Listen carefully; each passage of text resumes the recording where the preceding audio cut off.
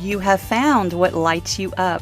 I'm your host, Sunny the Life Coach, and I'm here because I see you searching for something or someone out there to help you feel better, something to take away the pain that you're feeling, the inadequacies. I know all of the things that happen in life can leave you feeling empty. Your search is over. This podcast is all about finding your own freedom and power to love yourself enough to shine in the ways you were always meant to, the ways in which you are already fully capable of. If you're ready for some real talk, some serious truth bombs, and a few F-bombs, you are in the right place. Let's do this. Let's get lit.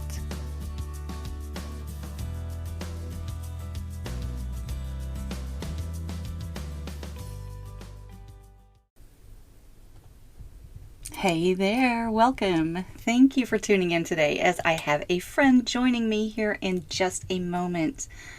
I met Meg last month at Serenbe in Georgia at the retreat that I attended.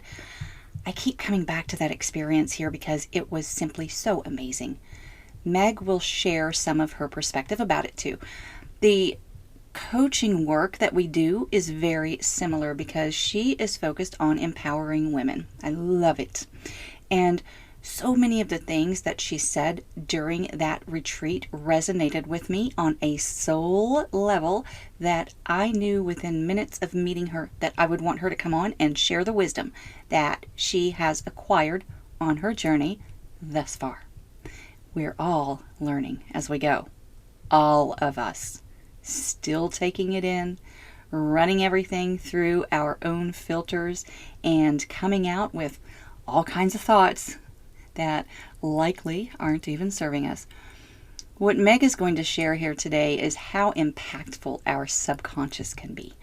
How we think that we have to follow a traditional path to life, and how Meg herself is actually bucking the system, and she has been for a while now. In addition to coaching, Meg has 20 years of experience as a licensed integrative massage therapist. She is a hypnotherapist, energy worker, mom, and an absolute shining light. I am so grateful to have her in my sphere.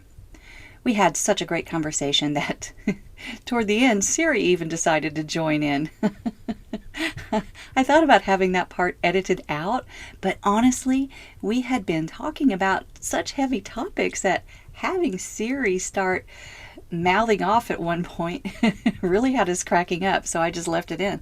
It's toward the end, which means you'll need to settle in, take a long walk or a drive, and listen to the entire episode.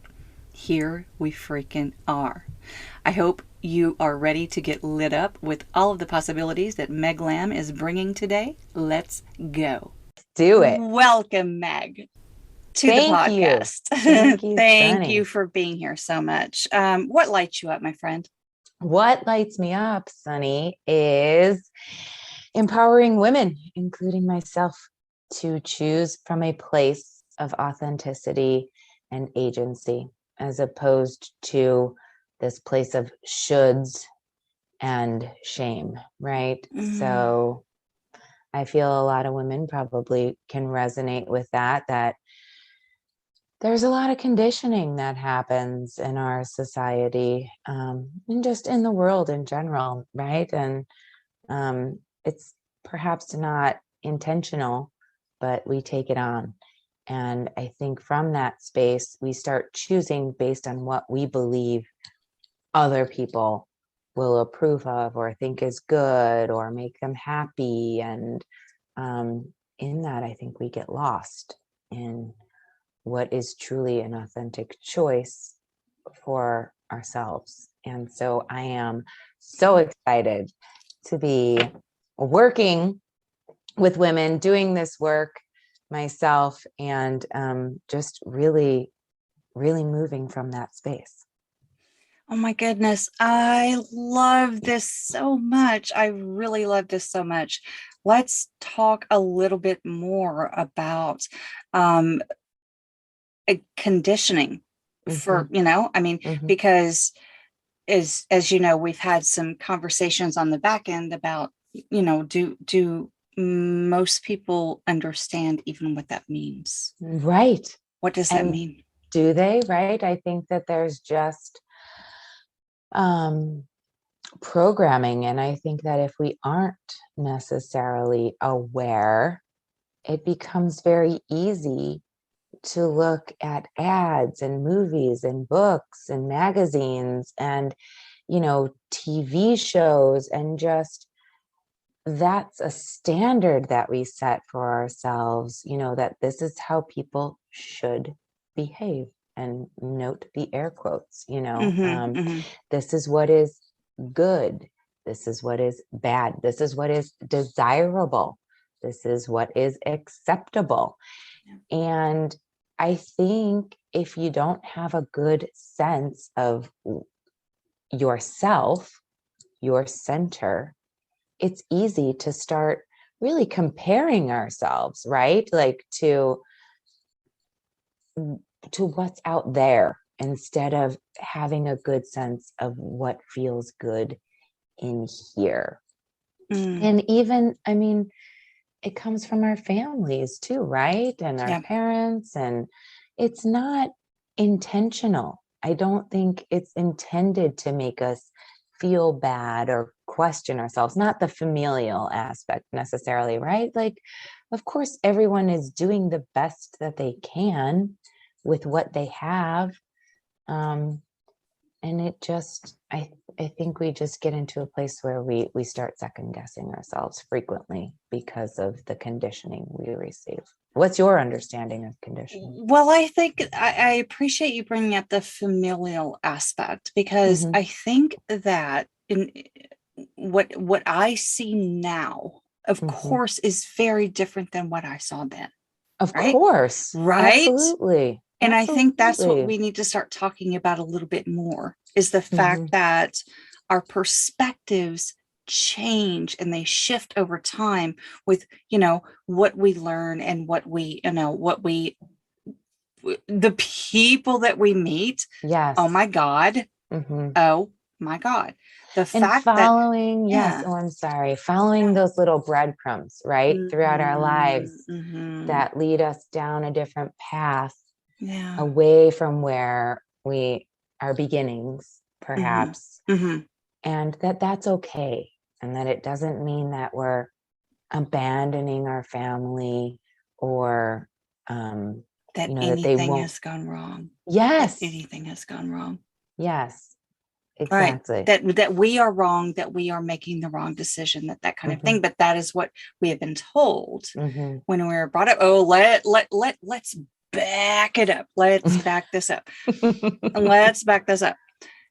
I met you last month. Yes. I mean, I've known you for like, I don't know, 5, 6 weeks at Right. this point. Yes. Yes. And but it was so beautiful because we were just all different women coming into this business retreat that were just coming in with our own flavors Mm-hmm. of life, and we were so accepted. That's what I felt. Mm-hmm. That's what I felt in that room. That's what I felt in that space. That's what I felt anytime I was around any of you. Mm-hmm. I felt like I belonged. Yes.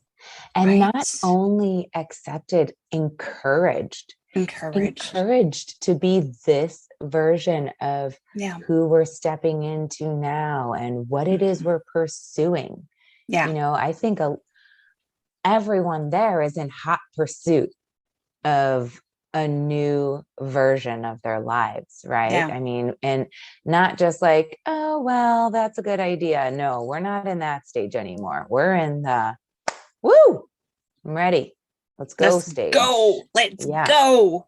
Yeah. Yes. So I think being in that energy is not only acceptance, but also like emboldening, right? Like we're saying, hey, yes, get out there.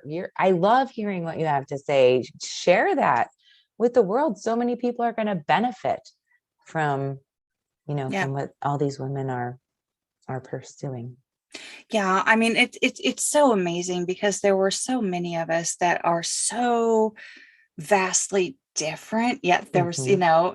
there's that Venn diagram of, Mm-hmm. ooh, there it Yeah. is, there it Yes. is, there's Yeah. that, ooh, there's that overlay, there is the engagement, there it Yeah. is, Yeah. oh my God. I just loved meeting you. And by the way, the other Yeah. thing I want to say is I just want to deepen my voice to match yours. I'm just like, I am so enamored with your voice. I love it. That was one of the funniest things you said to me. I I think love it. after we met, you were like, Mm-hmm. "Oh, girl, that voice." Mm-hmm. Oh, thanks. Oh Yeah, yeah. thank you. Oh yeah. Thank you very much. Yeah, yeah. I love it. I love it. Thank you.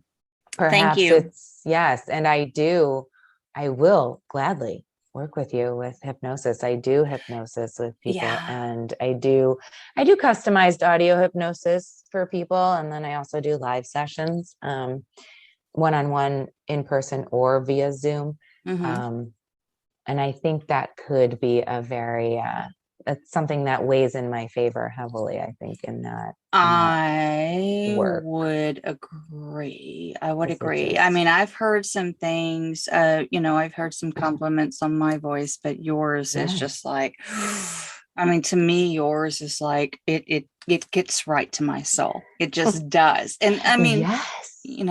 Yes. not every voice touches everyone the same way, so it's Truth. all good. Truth. Thank So, you. so tell me about your journey. Tell our listeners today Mm-hmm. about Mm-hmm.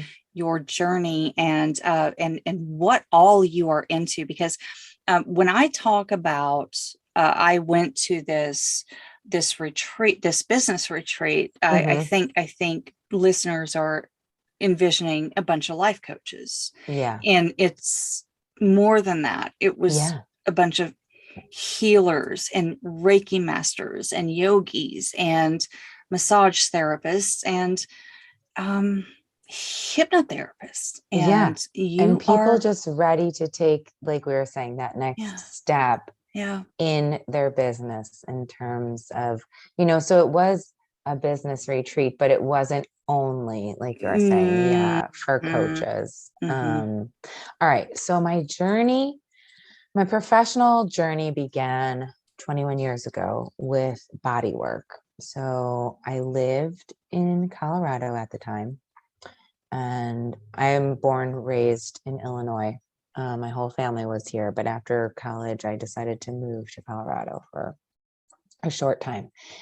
And while I was there, it was part of the journey, right, of discovery. Like, what do I want to do with my life? I knew wholeheartedly. In fact, I was just telling one of the boys, one of my sons this morning, I am so glad that I listened to that voice that told me, you don't want a desk job. You never Mm-hmm. want a desk job. Oh my God. Okay. She's putting the mic up to her mouth right now. It's like, you never want a desk job. Oh, Don't do it. say it again. Hypnotize us. With your words. That's right. Yeah. Um, so I knew, right, before going out there, I was like, I had studied English in college. I didn't want to be a teacher. I didn't want to be an editor. I didn't want to be a writer. I didn't want to, I loved writing, Yeah. but it just was it was a real turnoff for me. Yeah. And It didn't light you I up. absolutely, in Like fact, you're good at it. I mean, and that's the thing. I think that that's what we should, talk about. It's like, mhm, just because you're really good at it, mhm, I'm a great writer too. mhm, So I've been right. told. I've been Yeah. told that. So I Mhm. mean, I've been told that by the professionals. I'm using Yeah. my air quotes now. I've been told that I'm a great writer, but I'm like, Mhm. ah, Yeah, one of the brightest, most intelligent women I've ever met. She's the CEO of um, a company that makes garage door openers and things of that nature. mhm, Um, She told me when I was getting ready to leave the last place that I worked before I was completely self-employed. She said, because I was telling her how I was expanding from body work, which we'll get back to, into um, hypnotherapy, coaching, a lot of work with the subconscious mind. And I was telling her about that. And she said, that's so great. Because just remember, just because you're good at something doesn't mean you have to do it. And I just took that as such a sign, such a blessing almost from her, as I'm truly getting ready to step out the door of this place and go completely on my own. Yeah. I mean, I don't know if I even put that on my list of goals, but I should have when we were at that business retreat. Like, yes, I started my own business, but then went completely independent. Well, and that's the thing. It's like, I mean, how many people come into your life that tell you, you're right, that is a blessing. And in my opinion, because, we all take it in and we process, what happens as, Absolutely. through our own filters. Absolutely. But in my opinion, having a mentor say that to you, Right. That's huge. Right. That's huge. It was just such a beautiful signal. It was really just validating that I was headed. I felt like it was a sign from the universe, right? Validating that I am taking the next right step. I'm on the right path. I'm on my journey. So we'll rewind just a tiny bit back to Colorado. Knew I didn't want to do desk work, had worked a short like summer internship at my mom's office, answering phones for a woman that was on sabbatical. That was one summer right after college. And I was like, I'm going to fall asleep sitting here at this desk. I was doing all the kind of the admin secretarial work, and it just, like you said, it didn't light me up. In fact, it completely zapped me of my energy. Yes. So I had a great friend in college that was a kinesiology major, and I was an English major, like I mentioned, and he was terrible at writing papers. So I would help him. I mean, this is my last year in college though, right? So I'm fascinated by kinesiology at this point, because I'm learning all these things about the human body and how it works, and what does what, and how all these different physiological responses interact with each other. And wow. But I'm not going to start college over, when I'm almost done. But I knew that I had an interest in the human body. So when I'm in Colorado, which is a very holistic place, right? Yeah.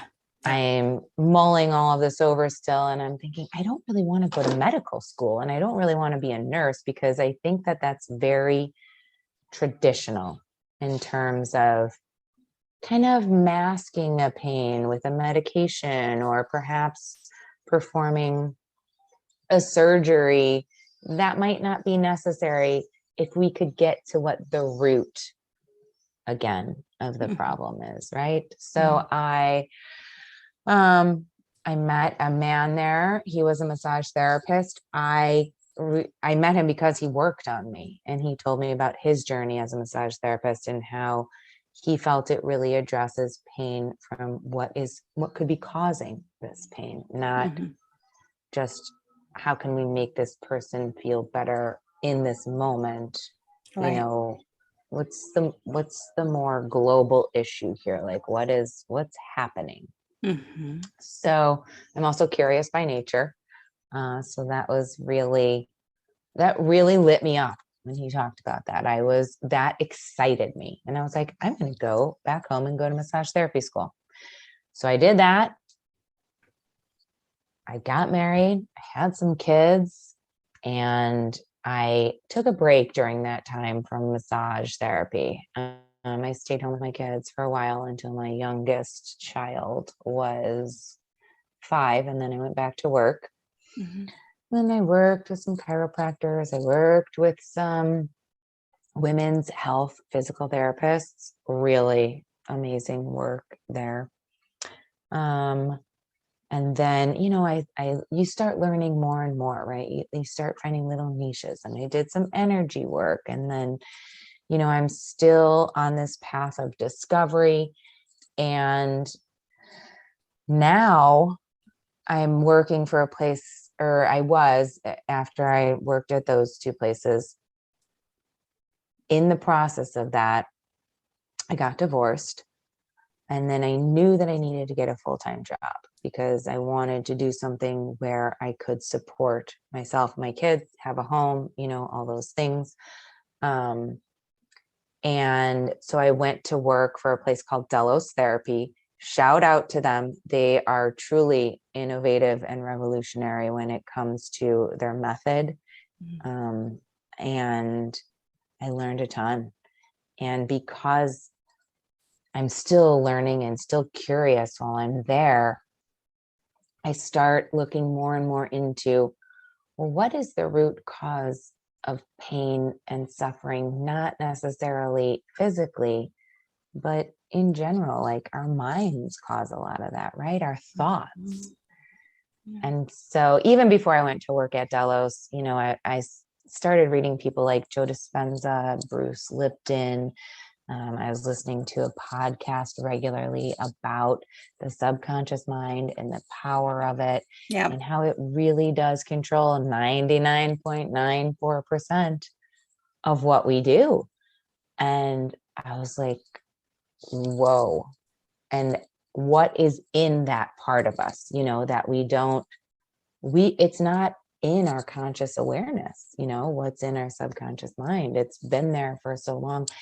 And even though we're not consciously aware of it, it's what's making every decision for us, right? And so I thought it would be so powerful and so empowering to work and do work and get tools that would help me address that level of life, right? That level of awareness, that level of pain, that level of patterns where, if you ask people, everyone has something that they feel is a wall, is a ceiling that they just keep hitting over and over and over again, whether it's almost always very clear in relationships because they serve as such mirrors in our lives. And so, I wanted to figure out, what is that wall that I'm hitting? Why do I keep hitting these same kinds of walls and ceilings? And how can I put that to use?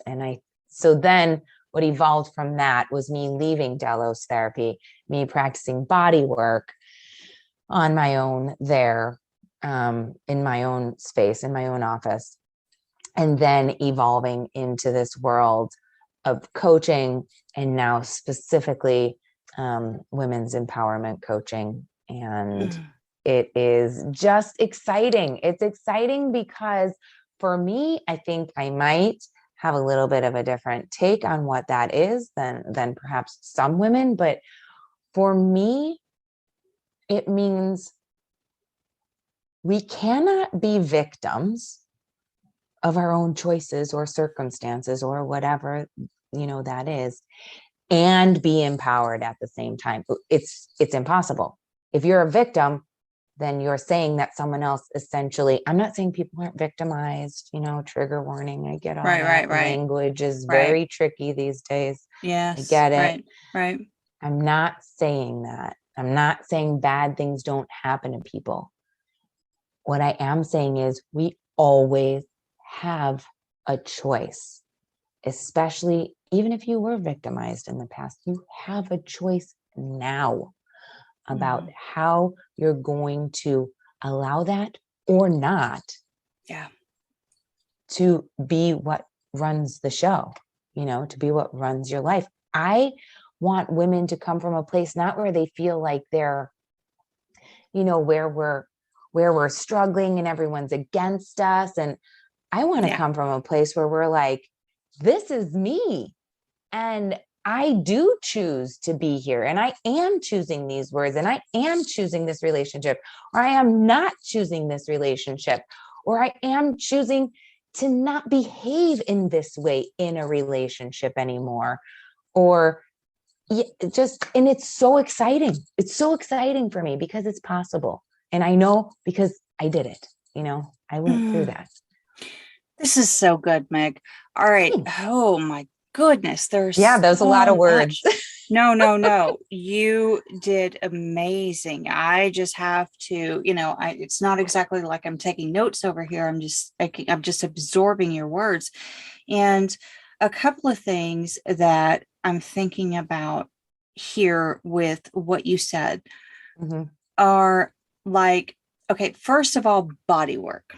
Mhm. Can you explain what that means to you? Is Yes. that massage, Reiki, all the things? What does body work mean to you? And I think that's a good thing to point out is like that's the distinction, right? Exactly. It's like what does it mean to you? To me, right? Because it's Right. like we talked before we began the interview.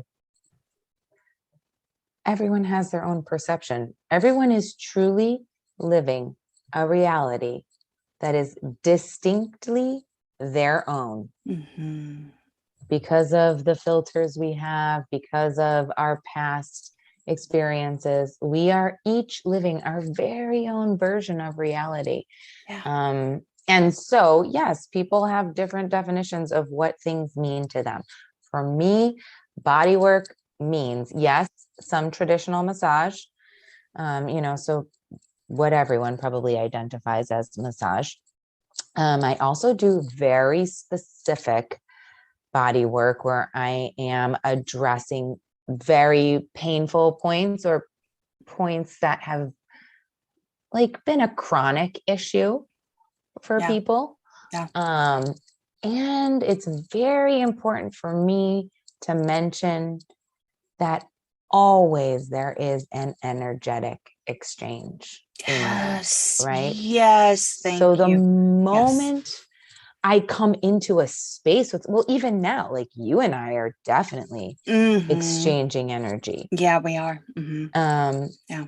and so I am very intentional with my energetic exchange with people. I'm very, aware of being present, being in the moment, and listening Mm-hmm. to what is said in words as well as what is communicated energetically, because communication is truly, it's like 93% nonverbal, so Emotion means yeah. energy and motion. Hmm. That's it. Right. That's it. So, Yes. So like, you feel it. You feel it. hmm, You can hmm, sense it because hmm, you've studied this and you've hmm, worked on people and you can feel it. You can actually feel or yeah. maybe even see Yes. And what I'd their say it's energy for is. me, that's my mode of receiving is feeling, is more kinesthetic.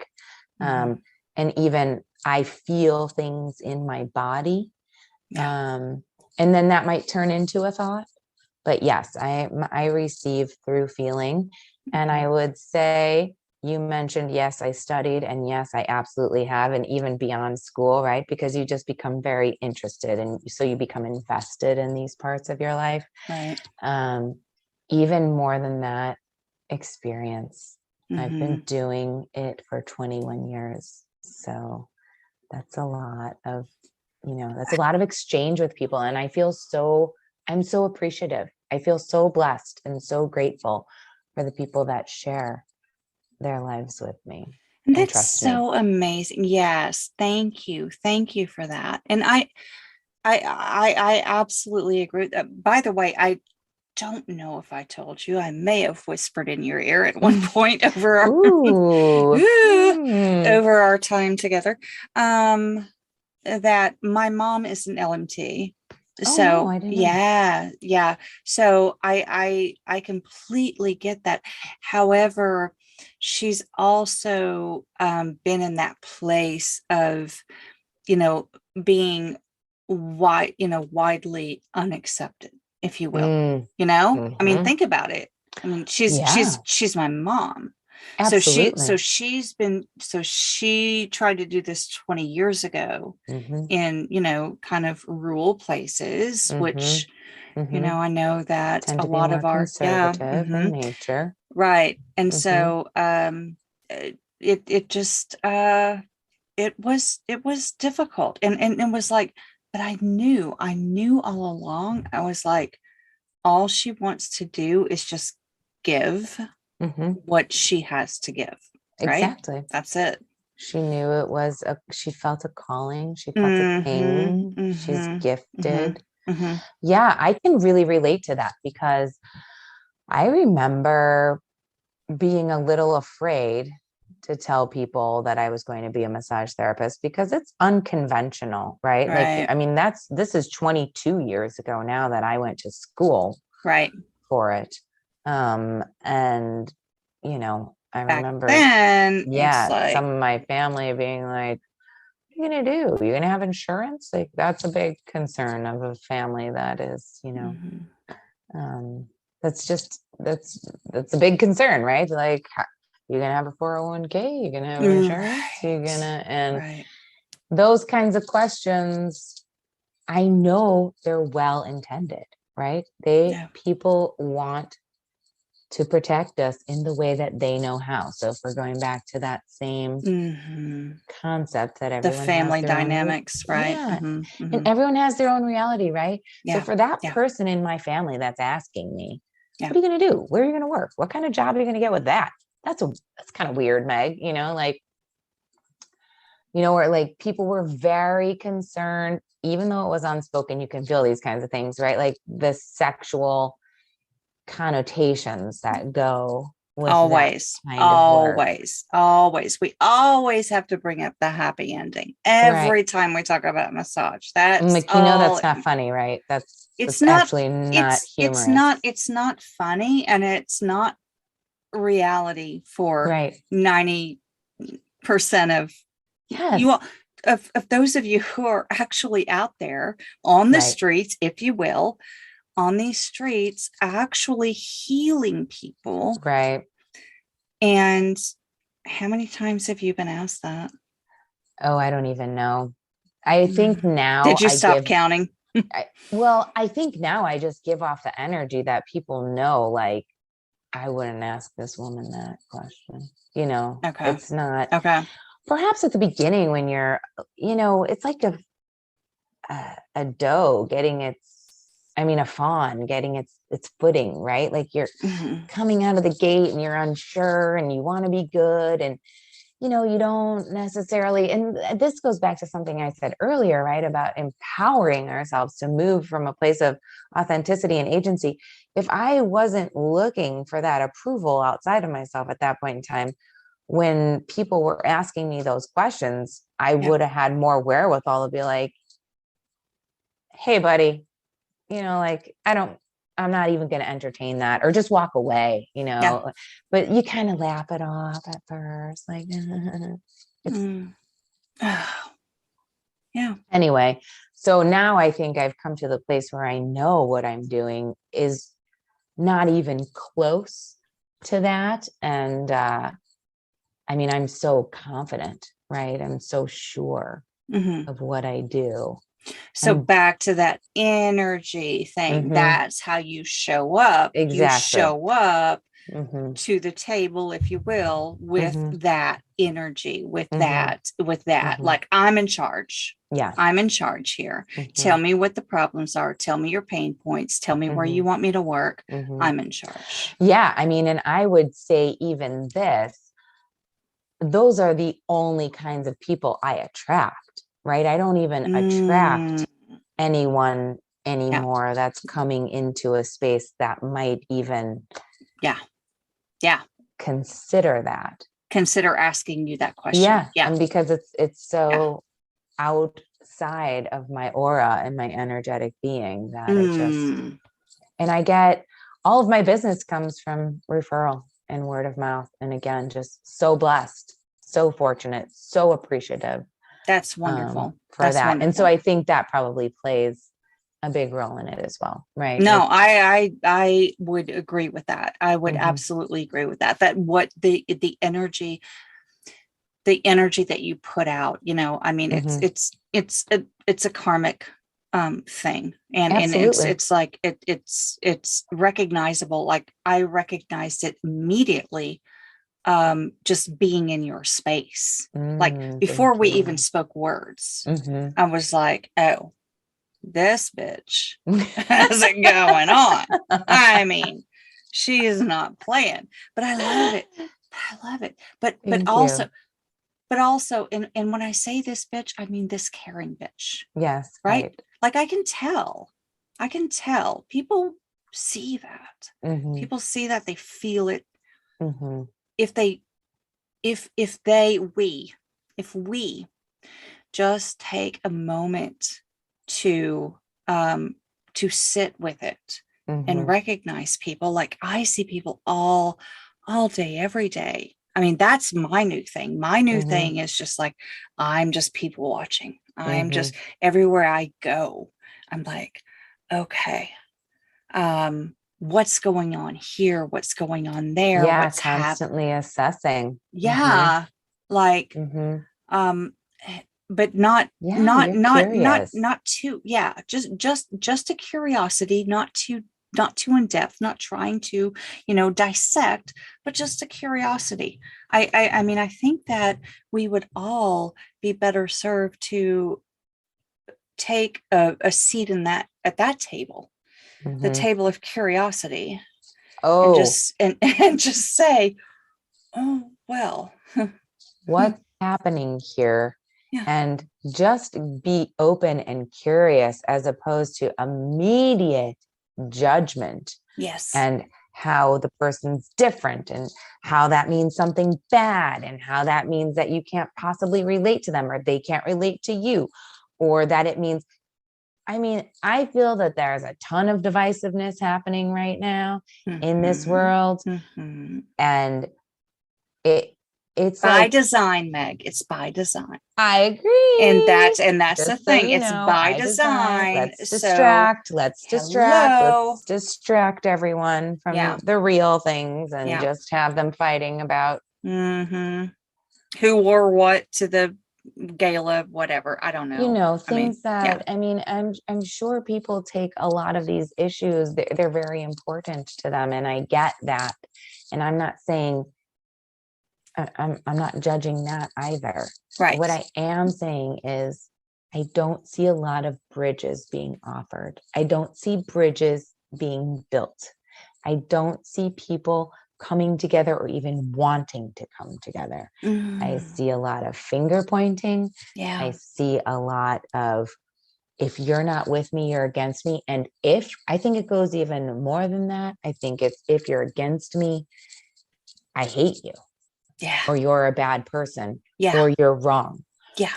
And what I find to be the most frightening thing about that, right, is that it leaves no room for discourse or conversation. It Right. only just leaves no, cut off. Right. Shut That's it it. down. Shut it Yeah. down.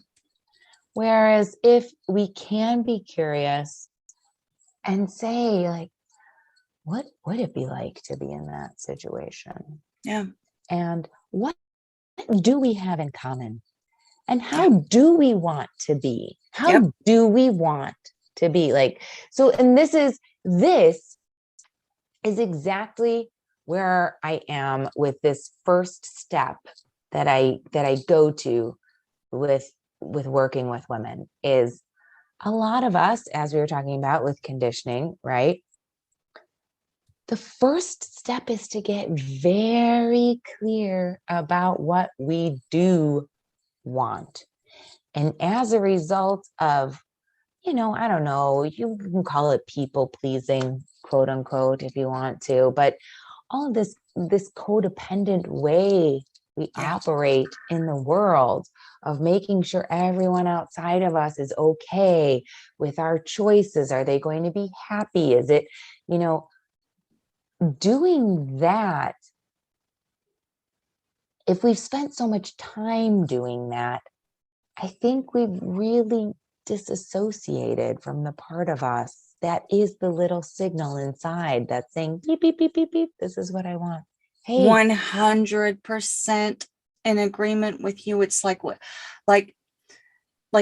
we talk about human design, even for example, and I'm sacral authority. Are you? Same. Same. Okay. Sacral. So when I feel something, I am learning, I have to relearn. I have had to relearn over the past couple of years that when I get that punch in the guts, right? Like when I get that punch in the gut, that means something. That is something inside of me that is saying yes or no.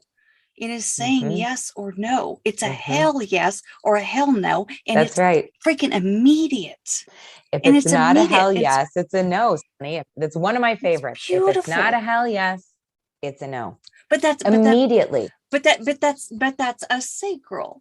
Absolutely. Those are those of us who are sacral, and that's not everyone. It's not everyone. Like Kim, for example, is Kim Guillory is, for example, is emotional, and she rides the roller coaster, and she talks about that very openly about how she makes a decision and then changes her mind like 1,000 times before she finally lands again. So it's not everyone, and the idea that we just we sit in rows. I'm going back to school at this point because it's the best. It's my best thing. It's my best analogy is that the idea that we just sit in rows and rows of tables and chairs, and we just sit and get, if you will, we just sit and we listen and we absorb and we learn. Like that's and then how we regurgitate. That's our school system. Then we regurgitate. How well can you absorb and regurgitate information? I mean, there are some among us who are not good at that. There are some among us who are fantastic at that. Right. Meg raises hand, those that are not good at absorbing and regurgitating information. Okay. Yeah. And Sunny raises hand too. However, Sunny will admit that she has done a really good job of playing the game and playing the system in the first 12 years of schooling, if you will. Absolutely. And then after that she kind of went off the rails and just said, you know what, fuck it, I'm just gonna I don't know I'm gonna get a job at Winn-Dixie and be the manager of Winn-Dixie 19. Okay, all right. I mean, it worked at the time. Of course it did.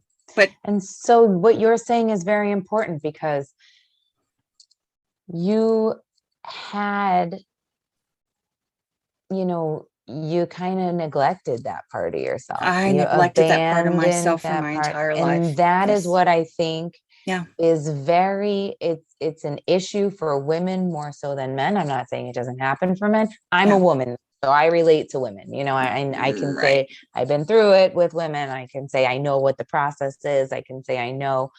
Let's reacquaint, if not acquaint ourselves with that voice that knows, the inner knower, the one that knows what it is we want, before we immediately shut it down. Because how quickly do we do that? Well, I don't really want to go to that party. Oh, but she'll probably be so mad at me. And then I'll have to talk about it. And then will they talk about me when I'm not there? And then, oh my gosh, then, the wheels just start spinning and spinning, spinning. And we start negotiating our own truth and our own, and then we give it away. And that's what I'm saying. We give it all away to somebody or something outside of ourselves that now has control, then that thing or that person now has the control. That's whether right. It's to make us happy or sad or mad or whatever. If we're not saying for ourselves, I choose, and this is what I choose, even if it does make someone else sad or mad, or even if it was a choice I made that perhaps rocked the boat, or perhaps was a stepping stone, let's say, or just something that didn't go the way I anticipated. Mm-hmm. If I own it, then at least I have the power to do something about it. Yes. If I'm at the mercy of everyone else, or someone else, or someone else's thoughts, or what the magazine says, then I'm You're like, fucked. yeah. You're I mean, it's fucked. like it I'm creates sorry. I'm just not mincing words anymore. I'm not. We're all going to die. So it, and you're not going to die from using the F word, no, Sonny. Don't you worry about that. I'm not playing around. I'm not I playing think it around anymore. creates Yeah. crippling insecurities in Yeah. us if we are Yeah. looking always outside of ourselves, saying, Mm-hmm. is this right? Is Yeah. this okay? Yeah. Should I be doing this? Yeah. Right. How bad do you want to feel about yourself? Right. How long should I say? Because for a long time, I don't think we even know that we're doing it. No, we don't. No, I we don't don't. think And well, and here's the thing. Here's my thing, and I think you recognize this too. I think that especially women, um, our women our age, our women of a age group. certain age, Absolutely. I would right? say women between 35 and 50. Would not are not even are still not. There are so many of us that are still not even aware I think they're that we're coming doing it. into an awareness. And I think that's when Yeah. they decide, like, Yeah. what is actually, I think we just start asking questions, right? Like, Yeah. what is happening here? Mm-hmm. Or how did I get here? That's Mm-hmm. what the hey ho Mm-hmm. happened. Mm-hmm. Yeah. Oh my gosh, this is so good. Thank you. All right, can we touch on Mm-hmm. being happily divorced? Yes, Because absolutely. because and the reason I asked that is I don't want to make that the highlight of our conversation. This is already an amazing conversation. It's perfect. Mm-hmm. I think that the reason, well, no, I know that the reason that I want to ask you that is having seen you Mm-hmm. like stand up in a room and really bare yourself, bare Mm-hmm. your soul Mm-hmm. to mostly strangers. I'm sure you knew Mm-hmm. a few people in the room, but to bare yourself to mostly strangers, and we were definitely in a place that was safe, if you will. But Yes. but to just say, what, I just I'm I'm divorced and I'm happy. Mm-hmm. Right. And what's wrong with that? Right. I mean, let's go there.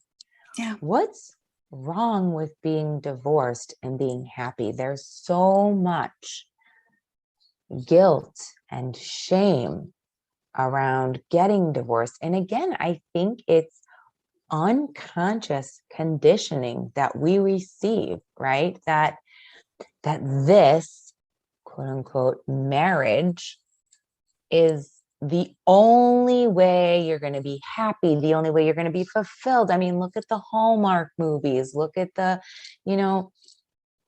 and if that is someone's choice, I support you wholeheartedly. If you are happily married, Yeah. fantastic. I love that. I support that as much as I support as much as I support being happily divorced. Mhm. But the thing is, it is a choice, and it is a personal choice, and it's okay that I chose something because I knew it was going to be what was best for me. Yeah. Now, I'm right. Like I have to admit that if we're doing that, if we're saying what's acceptable by society, we're still looking outside of ourselves for what is right and wrong, right? And I remember when I was getting divorced, someone said to me, "You don't just want to be a statistic, do you?" Oh And I my was God. like, and I knew that if I made my choice based from there, it would be on fear. And I knew that if I stayed married, it would be because I thought it was the right thing to do. It wouldn't have been an authentic choice. And it's not. Like, let's go back to what we were talking about earlier and being open to conversation and discourse. It's not because I was right or wrong, or the person I was married to was right or wrong, right? Or good or bad, or otherwise. It was that what we wanted from our lives was growing further and further toward opposite ends of the poles instead of toward the middle ground, of sharing that same kind of desired lifestyle. Yes, we both want our kids to be happy and healthy. Yes, we both love and respect each other immensely, and our kids too. Does that mean that we're meant to stay married? And I don't know. I mean, suffer might be a strong word, but, be unhappily married because it's what we should do, when if we were to separate, there wouldn't be that strain, right? On that constant, oh gosh, I'm just never going to be the person that this person wants me to be. Or, Yeah. To his credit, he was a very insightful, and still is a very insightful person. And he would say things to me that I just simply wasn't ready to accept at the time. But I was in denial. But I would always try to get him to change. Like, oh, you should work out. You should quit smoking. You should stop drinking energy drinks. You should maybe get a new job. You should, this or that. I mean, and he said to me, Meg, you're never going to be satisfied. No matter what I do, you're never going to be satisfied. And I was like, that's not true. That's not true. That's not true. Looking back, how true was it? It was the golden nugget. It was the truest of truths from that marriage. And it was because I was trying to manage him in order to make myself feel okay or be happy, or what does a good wife do? Or, I mean, all these identities, right? That all these stories we identify with. And so I was trying to quote unquote fix him. How shitty did that feel probably to him as a human? Right. The woman you're married to and is supposed to love you is trying to fix you all the time. Again, I say this from a place of compassion for myself and for him. We were both doing, what we knew. We both, we were doing the best that we could with what we had. But he was right on the money. I was absolutely being completely codependent in that relationship, saying, if you behave in this way, then I'll feel better, because I'm only okay if you're okay. As long as he fixes himself, then you will be happy. Yeah. Right. And then it would always be, you can see what I'm saying. Like, it always evolved into something new. Like, well, then there was the next thing. And then there was the next thing. And then there was the next thing, And the other thing is that I would say that was really, really insightful. And I still look at this every day because it's true in every relationship. He said to me, when I would talk to him about the problems in our marriage, he would say, Meg, you're the one that has the problem. Like, it's not me. You have changed. You are the person that has the problem. And I was like, no, it's not. Like, I would argue to the death. And that being said, we actually weren't big arguers. We were more silent than arguers, but you would defend your position to the I absolutely to the defended my position to the death. Sonny, nothing. That's the second golden nugget. I mean, you're the one with the problem. Now, if you look at any relationship or any scenario, it's always ourselves, right? Yeah. It's always comes back to us. Yeah. And this goes back to the being empowered, So while I wasn't able to do that in relationship while I was married, and I knew that leaving, I knew it was going to be terrible. I knew it was going to be hard. I knew it was going to hurt John. I knew it was going to hurt my kids. But that didn't mean that I didn't feel that. It didn't mean that it wasn't hard for me to make that choice. Yeah. I just knew that it was what was best for me. And I had to get okay with making the choice from there. And being able to love John and admire him and respect him as a parent of our children, as a human being. And I mean, it's not just, all sunshine and unicorns or anything like that, especially in the beginning when you're getting new footing. But I would, it's okay to change. It's okay. And I had to own that. And I wasn't able to own it immediately, but I absolutely own it now. I was the one that had changed. I was the one that had, veered from this path that we started out on together. And that's what happens in relationships, and that's what happens in life. And so I just encourage everyone to own their choice, their desire, what feels best to them, because that's the only place where we're really then having a genuine exchange, an authentic. Yeah. If I'm behaving in a way because I think it's what someone wants, it's almost unfair to that person. Oh, it's 100% unfair to that person. It's not almost, it's absolutely unfair to that person. I'm making if you're them pretending. believe. Yeah, I'm pretending. I'm essentially lying, right? Like I'm making that person believe that this is a way that I want to be with them, or that but that's what we're taught to do, though, because we're taught to, like, if everyone around us is happy, and we're taught that it's our responsibility as women to make everyone else happy. And even as humans, right? Like, how frequently do you hear the word selfish? That it's selfish for you to do that for you. I mean, it's like, wait, maybe we should embrace that idea of being okay, yeah, sure, own it. Like, okay, I'm good with that.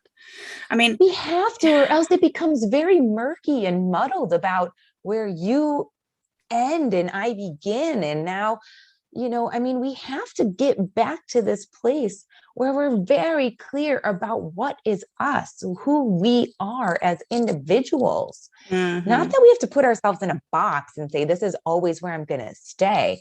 Right. But this is what's important to me. This is what I am willing to negotiate. This is what I am not willing to negotiate. And I think because if anyone listening is codependent, it's a crutch. I mean, it is crippling. It is.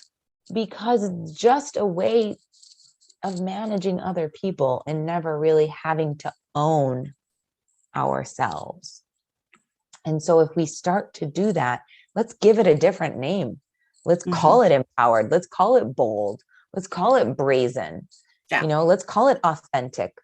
Let's call it those things instead of selfish. Selfish. Yes. Thank you. Yes. Are you interested in having a relationship with someone that is just going to tell you what you want to hear? No, I mean, no. And I mean, what's so interesting to me about what you're telling me about my story. Okay. So when you were telling me about your story, I was actually going back when you were telling me about, your divorce story. I was actually going back to my childhood, like, 9 years old. And like, so I have formed my childhood opinion on divorce at 9, because it was like, oh, it broke up the family. And, my sisters went to Florida and I stayed here. And it was like, and there was no, I mean, we were never again the same. Mm-hmm. We were Of never going course. to do the No, same. We were just right. Even if you're down the street. broken Yeah. apart, Mm-hmm. Mm-hmm. broken apart.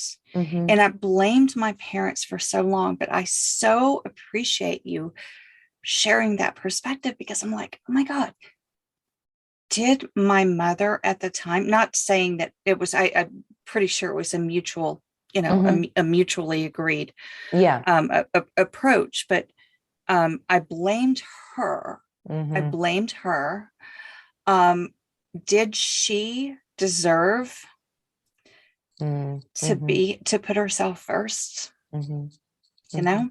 And I Mm-hmm. think about that, and it's almost like I'm getting a little teary, because I'm like, oh my God, Yeah. I've been carrying this since I Mm-hmm. was 9 years old. Yeah, Like it's a that lot. animosity, that anguish, that pain, Yeah. that all of It's that painful. toward her. I mean, I would like to say, I would like to tell you that I have gotten over that. And I have, for the most part, but every now and then I just kind of choke up and I think about it. It Mm-hmm. was like, oh, that was when our family broke apart, Mm-hmm. kind of thing. Mm-hmm. But but but it's not anyone's fault. It's not her Mm-hmm. fault. It's not his fault. Right. It's not Right. anyone's fault. And I made Blame my is. choices, and I made my choices at the Mm-hmm. time, and the choices that I made in the time led me to where I am today. So it's all good. Exactly. It's And so all that's, good. leading back Yes. to what we were talking about earlier. Now you Mm-hmm. get to choose, right? Yeah. How can this work for you? How can it be something Yes. that where you're not, It's not you know, happening to me, it's happening for me. it's one of my Right. favorites. Thank you for saying Yes. it. Yes. Thank you. Yes. Yes. And I do have to say, I pat us on the back as far as divorced parents. We do a good job of really supporting each other in Mm-hmm. terms of, I always encourage my children, love, respect your father, spend time with him, and also question Yeah. us, each of us, Yeah. question me with, with respect, question me. Don't just go along with anything anyone ever says, authority or otherwise. If something inside of you is saying, I'm not sure about that, bring it up. You don't have to bring it up in a way where, you're demeaning to someone else, but Mm-hmm. you can bring it up in a way where you're saying, excuse me, that doesn't really work for me, or what do you mean by that? Or I actually think this way. I think it's really important to teach kids that from a very young To age. speak out and say what you mean.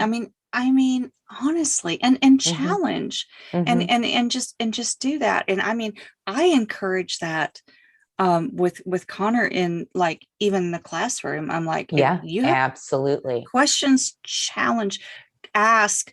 Yes. Always. Be respectful, but challenge. Don't just sit back and Hmm. talk about the Yeah. teacher, and then I get an email from the teacher, weeks later, saying, oh my gosh, he's just cutting up in class. I mean, I'm Hmm. like, okay, well, engage Hmm. and question. Hmm. If Yeah, something doesn't seem right, ask. I mean, say it. Just say it. absolutely. That in itself is like a revolution. Absolutely.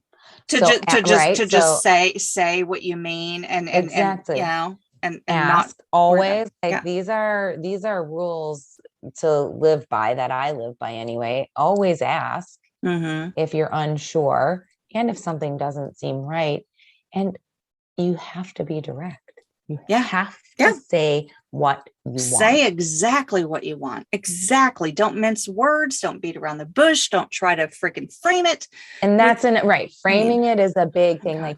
Like couching it, right? Like, well, I'll be able to do this for you. It'll probably be great because you'll be able to, like Yeah. making it something that is nice for the other person, instead of just being just outright and direct about it, and that Mm-hmm. creates confusion for people, right? Like, wait, what is it you're actually saying? But Yeah.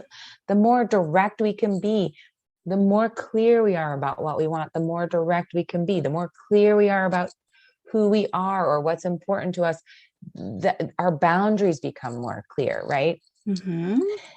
Once we know those things, we are in a place where we are empowering ourselves then, instead of, like I said, just giving it all away.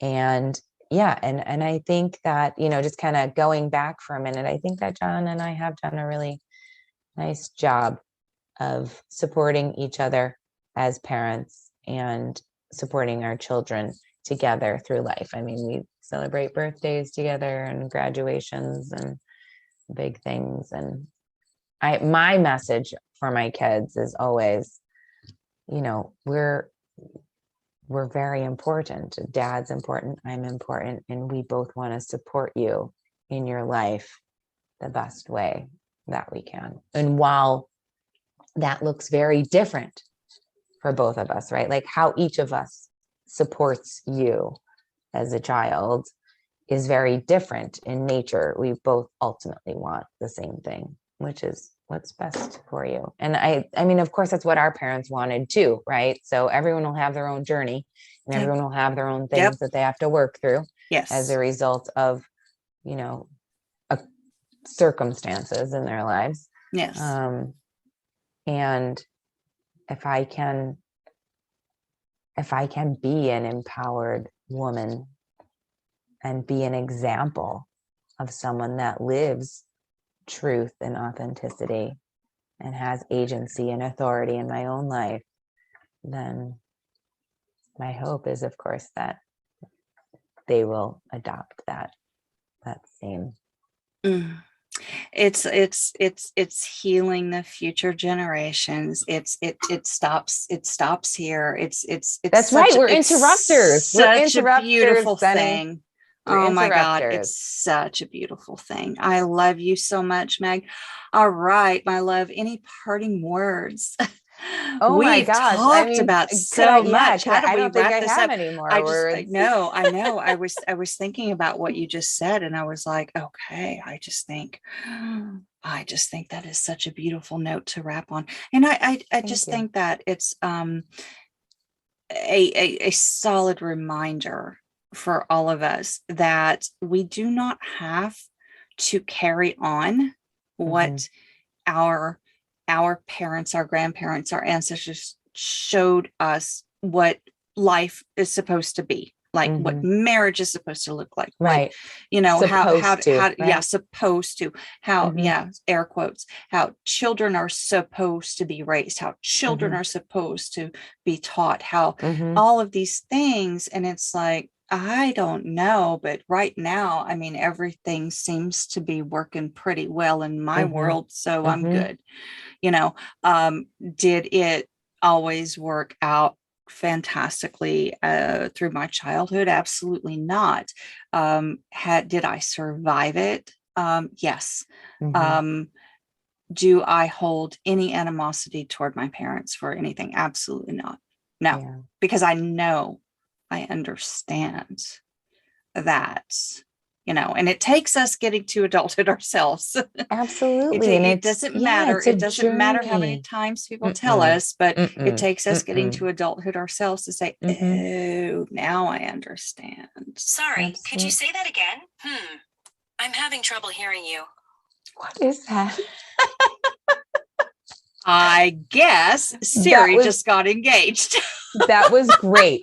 I think that is the perfect wrap. And then you should repeat the words that I said about being empowered and authentic, and just repeat that. Just play that reel. I'm sorry. I didn't understand what you said. You didn't hear what I said. You have to be true to yourself. Authentic. That's fantastic. Empowered, bold, I love it. All right. How do folks reach you? I'll shoot you my scheduling link. How about that? They can schedule a call. That would be fantastic. And I have a private Facebook group called Bold. Oh, you do? I do. And so if people follow me on Facebook, I post frequently about how to join Bold. And in that group, I go live every Monday.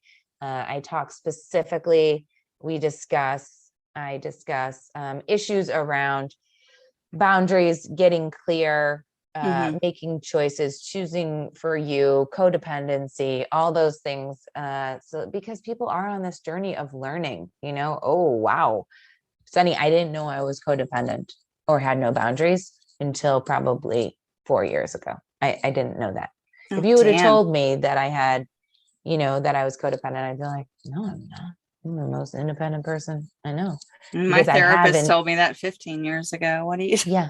where have you I'm been? very independent in nature, but that doesn't Yeah, mean yeah. that in relationship, Right. the Right. codependency and being independent are very different. Oh, Like they're yes. they're Yes. not They are interchangeable not in certain, like, mutually exclusive. Yes, yeah, right, exactly. Yeah, exactly. exactly.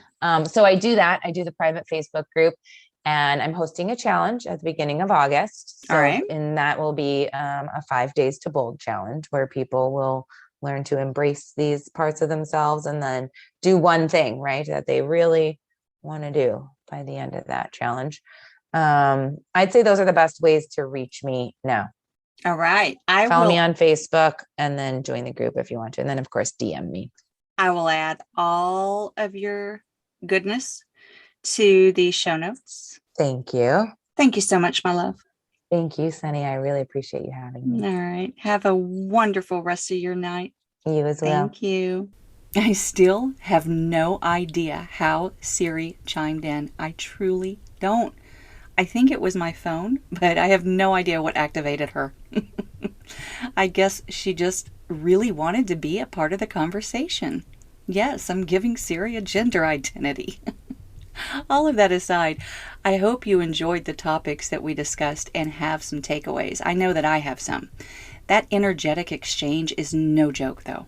I've been referring to our emotions as energy in motion, and I need to continue bringing energy to the table because it's so often overlooked or glossed over, and we just don't learn about these things in traditional schools or even in traditional life. Unless we go to a massage school or yoga training or similar area, we're not hearing about it, much less learning about it or how to regulate ourselves. So let's normalize talking about energetic exchanges because it is so very meaningful in our daily interactions. It truly is. That exchange is exactly why I connected so fast to all of the other women at that retreat. The energy in that room was palpable in such a good way. And even if we broke out or it was just a one-on-one interaction nearby, it was something that I could physically feel in my body, just circulating, and it was simply amazing. Up to this point, it has been difficult to put into words that may be understandable when I talk about energy, but I think on the heels of the conversation that Meg and I just had, it will make sense of what I'm talking about. And if you've never had that experience, maybe you haven't yet found your people. And while you're still seeking, maybe start within.